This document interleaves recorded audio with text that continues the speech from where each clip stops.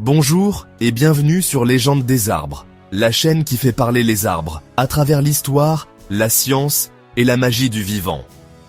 Aujourd'hui, nous partons en Terre Sainte, au cœur d'un jardin millénaire, où le silence des oliviers semble encore murmurer les prières du Christ. Nous allons parler d'un thème très intéressant, à savoir les oliviers du Christ, témoins silencieux de Gethsémani, arbre saint ou gardien de mémoire. Voici le plan de notre voyage. 1. Gethsémani, un lieu de douleur et de recueillement. 2. Les oliviers du jardin, âge, mystère et ADN millénaire. 3. L'olivier dans la Bible et les traditions. 4. Ce que ces arbres ont encore à nous dire aujourd'hui. Avant de plonger dans ce jardin sacré, sachez que plus de 80% d'entre vous qui regardent nos vidéos ne sont pas abonnés à notre chaîne. Pour que ce savoir continue de grandir, cliquez sur s'abonner, likez et partagez cette vidéo. Cela ne vous coûte rien, mais ça nous donne la force de continuer à raconter les plus belles légendes du vivant. Merci du fond du cœur. Situé au pied du mont des Oliviers, à Jérusalem, le jardin de Gethsémani est un lieu biblique majeur. C'est ici, selon les évangiles, que Jésus pria dans la nuit précédant sa crucifixion, tandis que ses disciples dormaient. Plan large du jardin, vue au lever du soleil, pierres anciennes, branches noueuses sous le vent. Mais ce qui bouleverse ici, ce sont ces oliviers, anciens, tortueux, comme pétrifiés dans la douleur. Ce lieu unique, chargé d'histoire et de spiritualité, attire des pèlerins du monde entier depuis des siècles. Ici, 8 oliviers millénaires dominent le paysage. Leurs troncs noueux semblant porter le poids du temps. Selon les évangiles, c'est ici que Jésus est venu prier après la scène, la veille de son arrestation. Le jardin dégage une atmosphère de paix profonde, contrastant avec l'agitation de la ville toute proche. Chaque arbre semble raconter une histoire silencieuse, témoin de générations de prières et d'espoir. Les visiteurs murmurent, impressionnés par la solennité du lieu. Gethsémani n'est pas qu'un site touristique, c'est un voyage dans le temps, un lien vivant entre nature, histoire et foi. Ces oliviers sont de véritables monuments, survivants de guerres et de siècles d'histoire. En les approchant, on ressent la force de la vie et la profondeur du passé. Prêt à explorer ce patrimoine unique? Suivez-moi, l'aventure commence. Gethsémani est le théâtre d'un des moments les plus poignants du Nouveau Testament, l'agonie de Jésus avant son arrestation. Après la scène, il vient prier ici, accompagné de ses disciples, qui s'endorment malgré sa demande de veiller. C'est dans ce jardin que la trahison de Judas conduit à l'arrestation du Christ. Les oliviers, avec leurs troncs creux et leurs branches torturées, semblent porter la mémoire de cette nuit dramatique.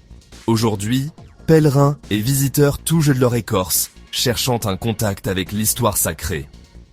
Le jardin, entretenu par les franciscains, est protégé pour préserver ses témoins vivants. À côté, l'église de toutes les nations rappelle, par son architecture sombre, l'ambiance de la prière du Christ. Ensemble, jardin et église forment un sanctuaire où nature et foi s'entrelacent.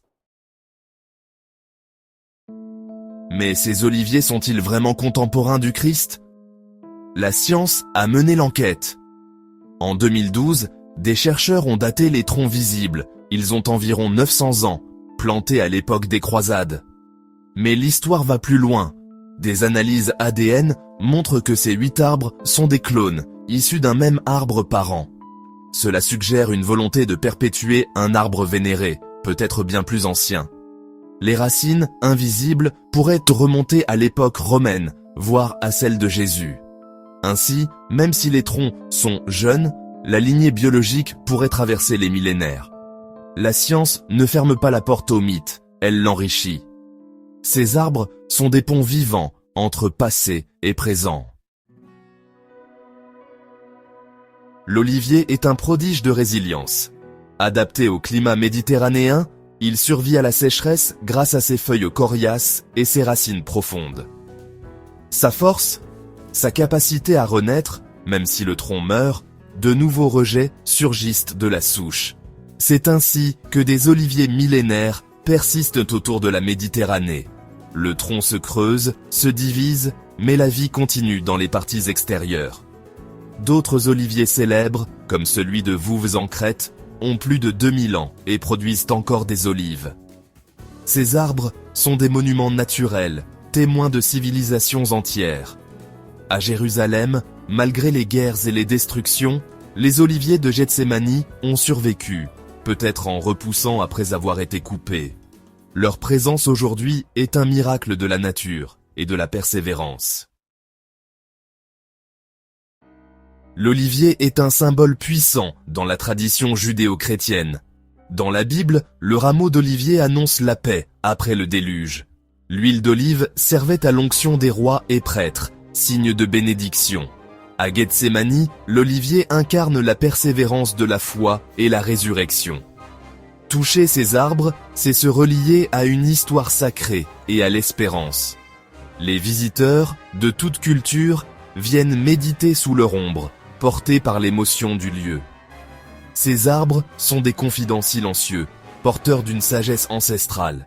Ils relient ciel et terre, passé et présent, nature et spiritualité.